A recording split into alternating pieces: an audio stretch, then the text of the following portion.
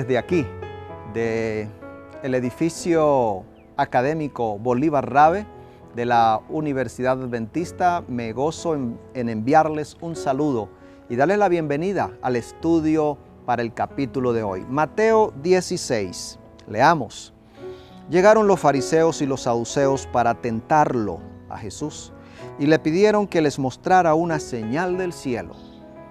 Aquí están los fariseos y los saduceos exigiendo una señal del cielo a Jesús. Qué interesante que estos grupos, fariseos y saduceos, siendo enemigos, siendo opuestos, estuvieran ahora unidos para atacar a Jesús. Los ricos saduceos pertenecían a la clase sacerdotal y generalmente se acomodaban a la cultura greco-romana. Los saduceos rechazaban la resurrección, no creían en la resurrección, la negaban. Negaban también el ministerio de los ángeles y la validez de las escrituras judías, excepto el Pentateuco. Por su parte, los fariseos, llamados los separados, aceptaban todas esas enseñanzas y eran antirromanos en su política y cultura. Sin embargo, del versículo 1 hasta el 12, encontramos a estos dos grupos opuestos trabajando juntos. Querían poner a prueba a Jesús pidiendo señal, cuando ya Jesús había hecho muchos milagros. Había dado la vista a ciegos,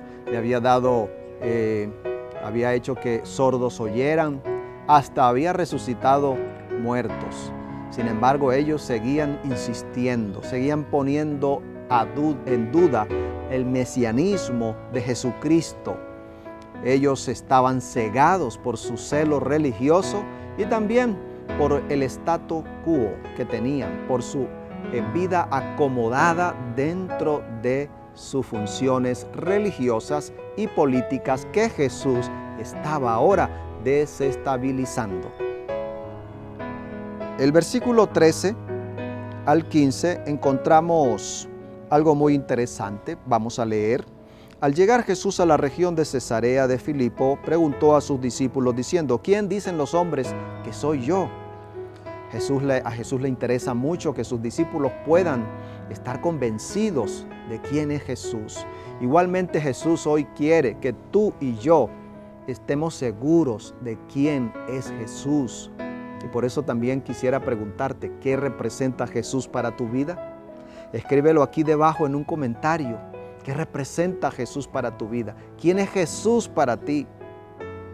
Ellos dijeron, unos dicen que eres Juan el Bautista, otros Elías, otros Jeremías o alguno de los profetas. Él les preguntó, ¿y vosotros quién decís que soy yo? Respondiendo Simón Pedro, dijo, tú eres el Cristo, el Hijo del Dios viviente. Jesús está aquí entonces en ese diálogo, y el versículo 16 al 18 dice, respondiendo Simón Pedro, después de la respuesta, el 17, entonces le respondió Jesús, bienaventurado eres Simón, hijo de Jonás, porque no te lo reveló carne ni sangre, sino a mi Padre que está en los cielos. Y yo también te digo que tú eres Pedro, y sobre esta roca edificaré mi iglesia, y las puertas del Hades no la dominarán. Aquí encontramos un tema muy discutido desde la época antigua. El texto griego juega con dos palabras. Jesús le dice, tú eres Pedro, la palabra que utiliza es Petros, para referirse a Pedro. Es decir, Jesús le dice, tú eres una piedra. Y luego Jesús dice, señalándose a él mismo, de la siguiente manera, en el versículo dice, y sobre esta roca, es decir, sobre una Petra, que es roca, es decir, Cristo. Amigos, amigas, aquí la roca es Cristo. ¿Por qué la roca es Cristo? Porque el texto lo dice, hace diferencia entre piedra y entre roca. Además, no solamente este texto, sino que hay muchas referencias bíblicas que aseguran que Jesucristo es el principal fundamento del ángulo, la principal piedra del ángulo, la principal roca que permite que el edificio de la iglesia sea edificado firmemente. Amigos, No puede haber otro fundamento más importante que Jesús para nosotros. Y sabemos que así es. ¿Quién es el fundador de la iglesia? Pues Cristo Jesús. Por eso nos llamamos cristianos. Cuando Cristo habla, o cuando el apóstol, por ejemplo, Pablo, hace referencia de él, en Efesios 2:20 dice: edificaos sobre el fundamento de los apóstoles y profetas. Los apóstoles como Pedro, profetas como Moisés, hacen parte del fundamento de la iglesia.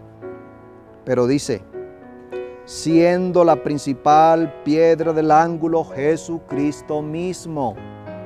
Finalmente, los apóstoles, los profetas, aún tú y yo como discípulos en este tiempo, somos piedras que estamos siendo sobreedificadas.